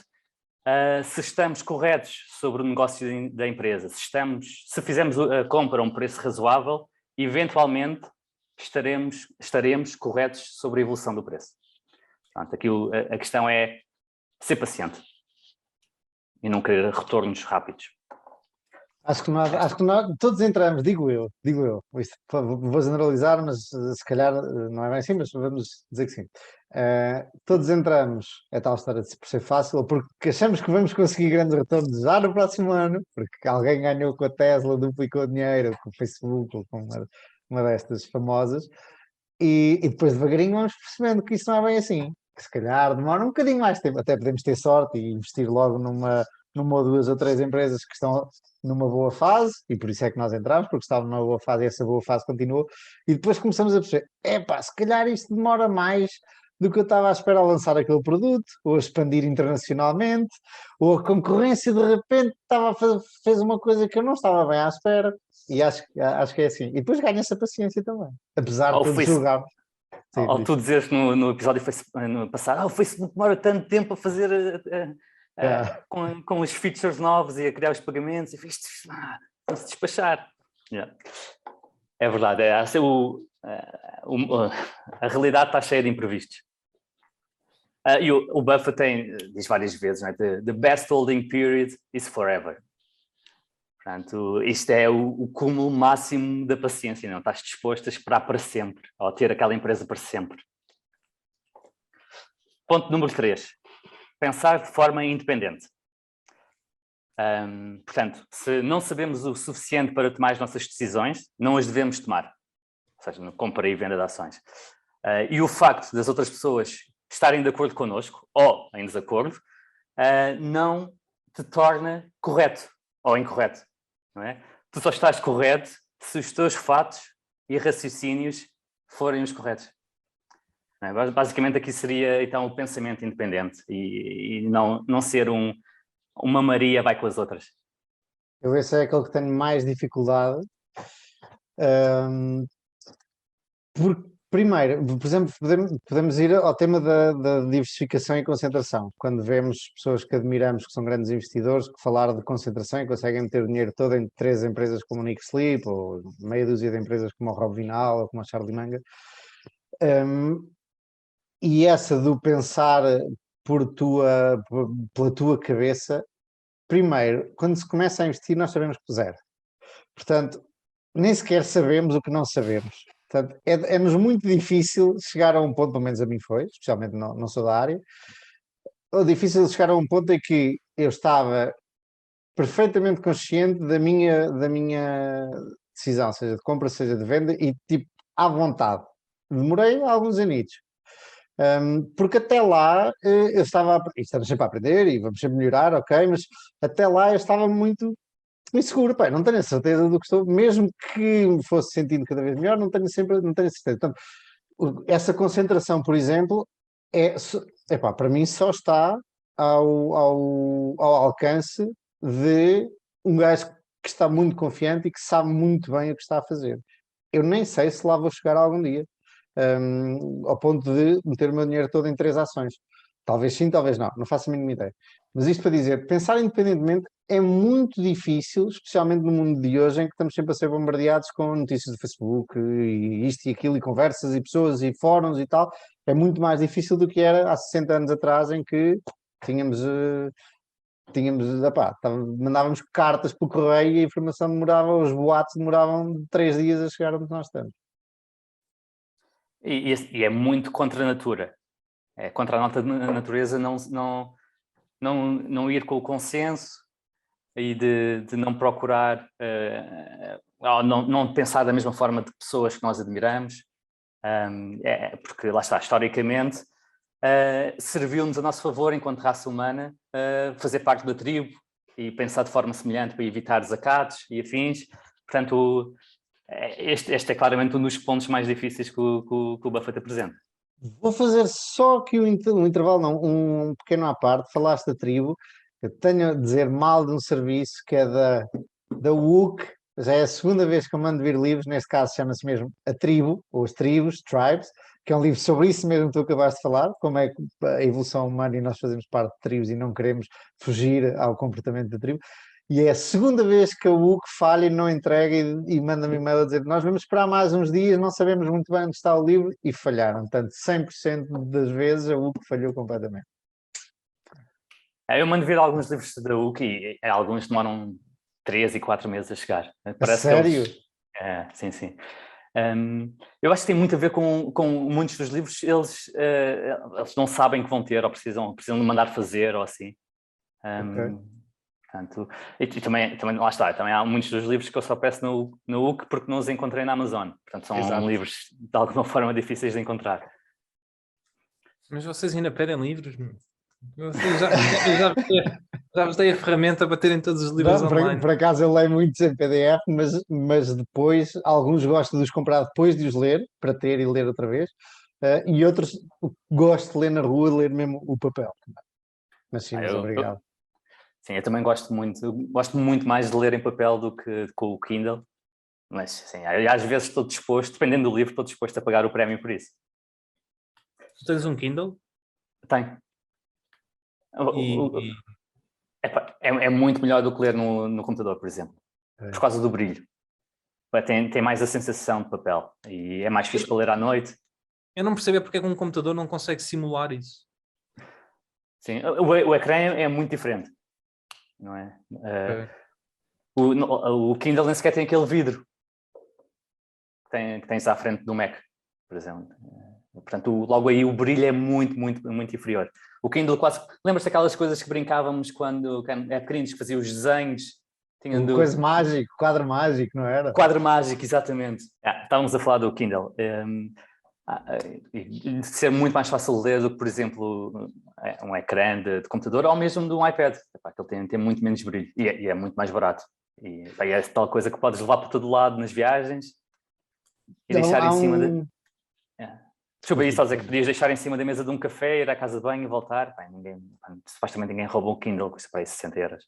há um seguidor nosso que comprou aquela nova evolução do Kindle que é maior, é tipo um A4 e que podes escrever e tudo. Como é que se chama aquilo? Está-me a falhar o nome. Mas para tirar notas e isso tudo e para fazer trabalhos de pesquisa, acho que aquilo é ainda melhor que o Kindle. Só que lá está, são 500 euros. Eu fico sempre a pensar, 500 euros eu compro um computador, eu compro um iPad que dá para fazer mais coisas, só que eu sei que não são a mesma coisa, sei perfeitamente disso. 500 euros já é um bocadinho mais esticado. Outra coisa fixe do Kindle é que podes ir sublinhando, depois envias as notas todas para o teu e-mail e depois tens o resumo com todas as notas que tiraste. É fixe. E usando aquele site que o Diogo recomenda, que já falou aqui várias vezes, aquilo dá para enviar diretamente para o Kindle, portanto não dá muito trabalho. Isso era uma das coisas que eu não gostava do Kindle, é porque tenho milhares ou centenas de PDFs, de livros em PDF, que gostava de ter no Kindle e disseram que não dava para ler. Não, tens de ter a extensão em Mobi. Ok, pronto. Então, mas sendo Pronto, assim já dá. Sim, mas pronto, é mais ou menos fácil encontrar extensões em Mobi e para aqueles mais difíceis de encontrar, depois há sites que fazem a conversão do EPUB, que é o que usam o iOS da Apple, da EPUB para Mobi e para usares no Kindle e pá, fica quase igual. Às vezes fica um bocadinho desformatado, mas nada de especial. Ok. Pronto, passando para o quarto ponto. Devemos ter convicção e autoconfiança, mas sem ser impulsivos ou teimosos. Lá está, aqui mais uma vez é daquelas coisas que temos de regular, não é? Sem convicção e autoconfiança, o medo vai fazer-nos vender provavelmente nos piores momentos para o fazer. Por outro lado, demasiada autoconfiança leva a riscos desmedidos. E pegando um bocadinho no que estavas a falar há pouco, não é? É preciso ter muita confiança para ter uma posição no portfólio de 30%, 40%. Por outro lado, há que ter a noção que isso tem riscos acrescidos, portanto tens de comatar esse risco com conheceres muito bem a empresa e estás muito confiante no que o futuro te trará. Ponto número 5. Aceitar quando não sabemos algo. E o Buffett tem a sua famosa too hard pile e durante muito tempo esteve fora de tecnológicas, até comprar IBM, que foi um erro assumido, e depois comprou a Apple. E porque claramente está a correr muito bem. Portanto, aqui a questão é de tentar escolher as nossas batalhas. Por último, ser flexível no tipo de negócios que compramos, mas nunca pagar mais do que o negócio vale. E aqui realmente a parte mais difícil é ter confiança que não estamos a pagar um preço acima do preço justo. Mas essa frase não diz nada. A melhor maneira de ser bem sucedido é investir. Nunca pagar mais do que os negócios valem. Pronto, não é preciso dizer mais nada. Porque especialmente depois de ouvires uma talk do Terry Smith que diz que a L'Oréal podias ter pago um PER de 262 e mesmo assim teres tido um retorno melhor do que o do mercado. Não, pá, mas isso é diferente. Porque isso, o que ele quer dizer é que o PER por si só não diz quanto é que a empresa vale.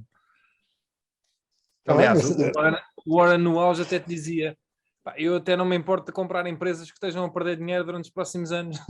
Aliás, ele fez, não é? Ele quando comprou uma parte substancial da Geico, a Geico estava a perder dinheiro todos os anos. Portanto, tinha PERs infinitos. Sim, aqui o ponto seria mais do...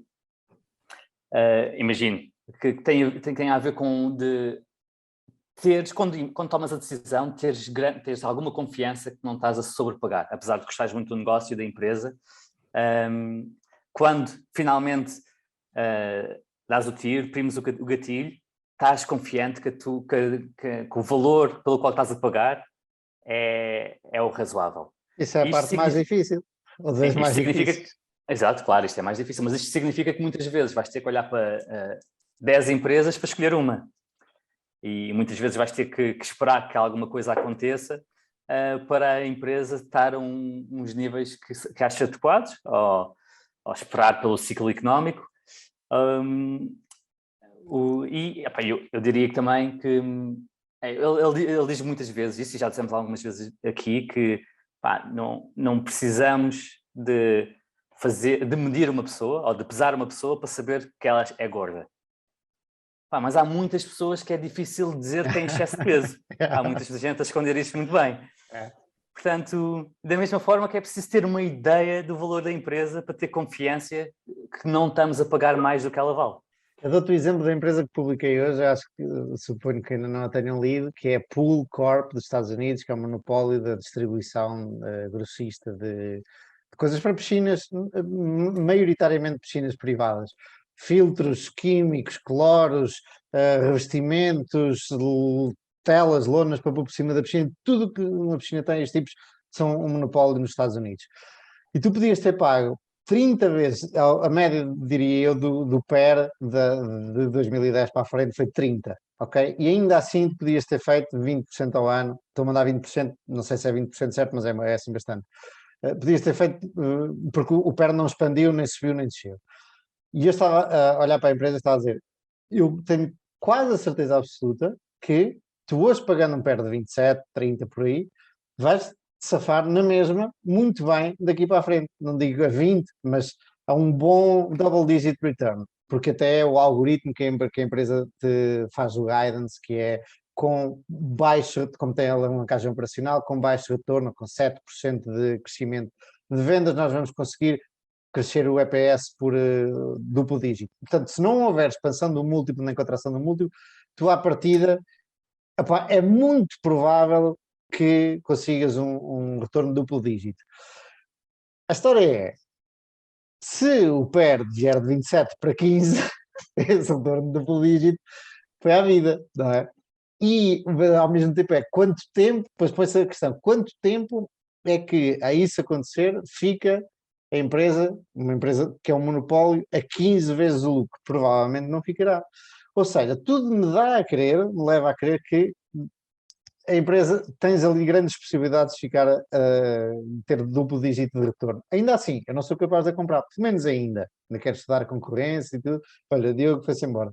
Ainda quero estudar concorrência e isso tudo.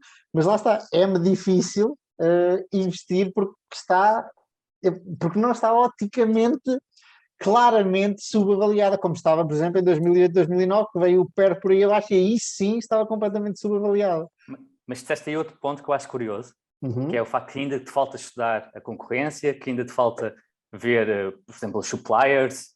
Há uma empresa em Espanha, provavelmente a Fluidra, a Fluidra, sim, que deve vender para eles.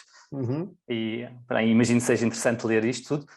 Lá está, mais uma vez, a questão é que para pagares esse múltiplo, precisas ter uma grande confiança sobre o negócio da empresa, que, pelo que eu pude perceber, ainda não te sentes confortável. De tudo que eu li, indica que vou-me sentir confortável, ainda que me falte, já li algumas apresentações da Fluidra e tal, mas a Fluidra ainda vale muito, ainda é muito pequenina para fazer uma moça à Pool. A Pool é realmente um monopólio. Tem quase tudo, é brutal a diferença do número 1 para o número 2 e para o número 3. Mas não é por aí que eu tenho receio. Na minha cabeça, o negócio tem muito poucos riscos, ok? Há ali, obviamente, como disseste, os suppliers, se houver concentração de suppliers, porque estão a começar ou há algumas aquisições e tudo, podem depois começar a ter poder de mais, mas não é por aí que vem o meu receio, é porque está historicamente no seu máximo de PER, de múltiplo, e ainda assim tem dado ótimos retornos. Portanto, isso é o contrassenso. E é aquela dificuldade que nós temos sempre. Mas aquilo que eu gostava era de investir nela em 2008, 2009. Que a malta se assustou toda, estás a ver? É aí que um gajo... mas é assim que se fala. É o que diz o Charlie Munger, tens que ter extrema paciência. Mas, mesmo não tendo extrema paciência, nestes casos, e agora vamos buscar o Terry Smith, tu podes sair bem. Porque essas empresas realmente são muito boas. Houve um bater de bola, agora que estavas a falar disso, de Charlie Munger, entre o Bill Brewster e o Morgan Housel hoje, por causa disso.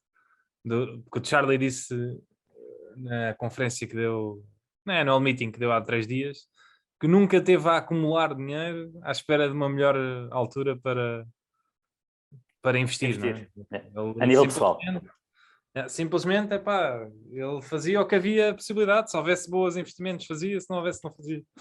Bem, depois veio o Morgan Housel também buscar outras frases dele antigamente, tipo, um bocado que a contrariar, mas depois não foi bem um contrariar, porque o que ele estava a dizer o que ele queria dizer é que não, ele nunca guardou dinheiro ou nunca quis acumular dinheiro porque achava que macroeconomicamente as coisas iam piorar e portanto vou acumular agora dinheiro para depois comprar mais barato depois. Agora, se não vires nada interessante, tens de ter paciência durante às vezes até. Mas a história a pool, não é claramente óbvio, porque lá está, porque pode haver contração do múltiplo e pode haver aqui alguma coisa em termos competitivos que vai mudar. Mas é muito provável que tu tenhas retornos duplo dígito. É muito provável. A história é... A contração do múltiplo conta pouco a longo prazo. Não é? Pronto, ok. Ainda melhor então. Mas ainda assim, tu sentir-te mais confiante se por acaso houvesse um susto qualquer não relacionado com a empresa e de 27 viesse para 15. Aí sim tu estavas muito mais confiante em investir nela do que hoje, que está ao mesmo múltiplo que esteve sempre. Ok? E mesmo assim, deu-te bons retornos. Portanto, é sempre essa dúvida no mundo do investimento, é sempre essa dúvida que um tipo tem. É aquela história que o Gonçalo estava a dizer no outro dia, se tu tiveres um retorno sobre o capital, né, de 30 e conseguires reinvestir a 30, não é? Uhum. A curto prazo depende muito, não é? Mas a longo prazo o mais provável é teres retornos à volta de 30, independente quase do múltiplo que pagues. Não é bem assim, mas... ou seja, se tiveres durante 20 ou 30 anos, tu vais estar a fazer quase 30% ao ano. Se o múltiplo cortar para metade, vai-te cortar os ganhos a metade, não é? Mas é a diferença entre teres feito 6.000% ou 3.000%. E há outra diferença, que por acaso eu não escrevi hoje na análise, mas que podia ter escrito, que é, entretanto, arriscas, que aconteceu com a pool, a estar 6 ou 7 anos a zeros. Ok? Porque, entretanto, o múltiplo vem abaixo logo a seguir a tu teres comprado, contrai o múltiplo e o negócio continua a melhorar e tu sempre à espera, sempre à espera, sempre à espera. E depois existe esse jogo psicológico, o fator psicológico que joga contra ti, que é esta empresa não se mexe, esta empresa não se mexe, a empresa não, a ação não se mexe. Será que algum dia vai voltar ao múltiplo que estava?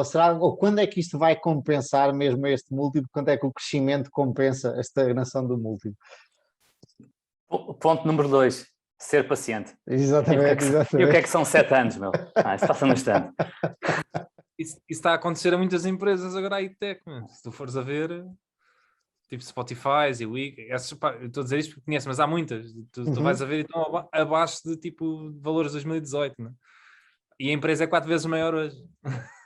Agora, isso não quer dizer nada, não quer dizer que não tivesse carne na altura e não o contrário, mas a verdade é que é engraçado como as empresas, ou mesmo a Alibaba, não é? Estão 4 vezes maiores, não é? Mas estão a valores inferiores ao que estavam. É impressionante. E tu, imagina que tu já tinhas comprado há muitos anos e tu eras acionista há muitos anos. Como é que tu deverias te sentir? Na minha opinião, tu devias te sentir mais rico, não é? Porque a tua empresa hoje em dia é 4 vezes maior, mesmo que a ação não esteja. Mas é difícil. É difícil fazer a separação. Gonçalo? E era isto o meu tema, meus caros. Chegamos ao fim, acho que já nos estendemos demais e às vezes sou criticado ou fazem reparos de sermos muito longos. Mas não vais fazer o teu? Achas que sim? Para a próxima semana? Acho que deixo para a próxima semana. Já estamos para aí nas 2 horas, diria eu. Deixo para a próxima semana. É um tema que não vai mudar de hoje para a próxima semana nada. E por isso vamos deixar para a Vamos próxima. ver se os índices na Europa não duplicam ou se os índices americanos caem para metade. Aí muda logo a narrativa. Ações na Europa é que é. Acho que está tudo a cair, pá. Tá? Deixa cá ver aqui a máquina do Twitter. Olha, Conor Daly no Yahoo. Sim. Só para dar um cheirinho para a semana, se tu fores a ver, a maior parte dos índices na Europa estão aos mesmos valores que estavam nos anos 2000, pá.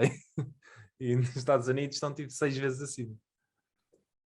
Sim, mas nos índices na Europa pagam muito mais dividendos do que nos Estados Unidos. Mas, de qualquer das formas, é notável, sim. E no Pronto. Japão está ao nível que estava nos anos 80. Estão a ver? Olha, curiosamente estava aqui a passar no Twitter há bocado e estava o pessoal do Value After Hours, um post do Tobias, exatamente sobre isso, sobre porque é que o Value continua a funcionar e estavam a falar do Japão. Eu depois não vi porque começámos a gravar e é uma coisa que quero ir ver lá atrás, exatamente isso. Pelos vistos, o Japão está em força outra vez, será? Olha, e aquelas ações... Diz. Essa do value e do. Epá, eu desde que assimilei o growth e o value serem a mesma coisa, pá, eu não gosto de separar. Eu acho que o growth está claramente ligado ao value, mas o value não tem que estar ligado ao growth. Há empresas que tu podes saber não vão vender mais e ainda assim tu fazes dinheiro com elas, são simplesmente baratas demais e não crescem.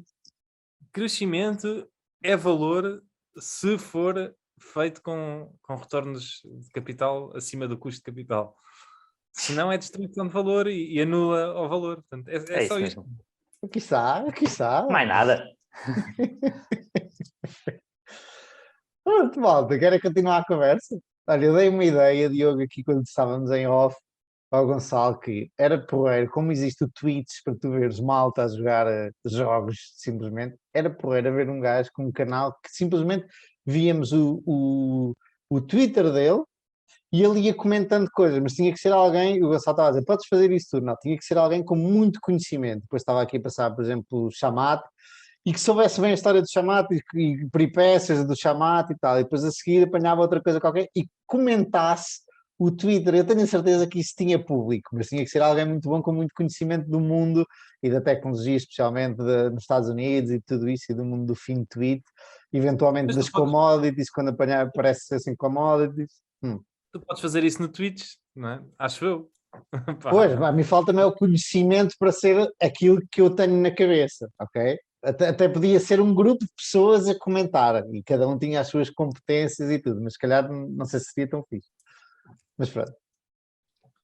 Então e esse Facebook ali quase abaixo dos 200? Opa, Agora é que está... agora é que está bom. Agora é que é. Quanto é que está a descer hoje? Ah, ponto 39.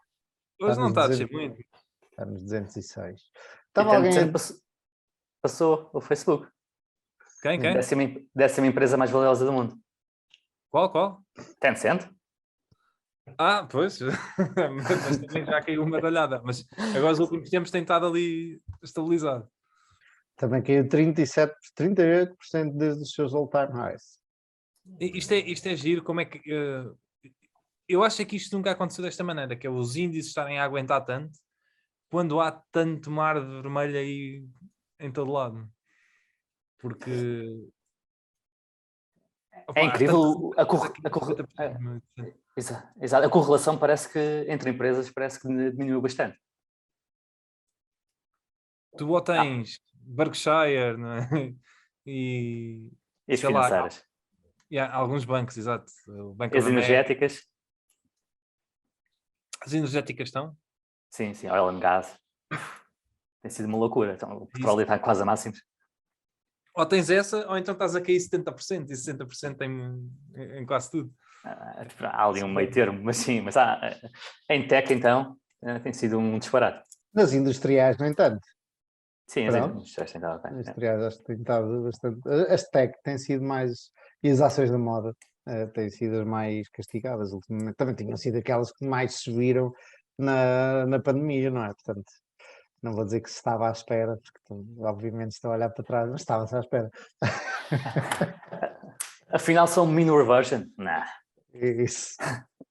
Bom, malta, vamos fechar por aqui. Vamos fechar. Um ótimo fim de semana, pessoal. Divirtam-se. Um bom fim de semana para vocês também. Para a semana a mais. Um abraço. Bom fim de semana.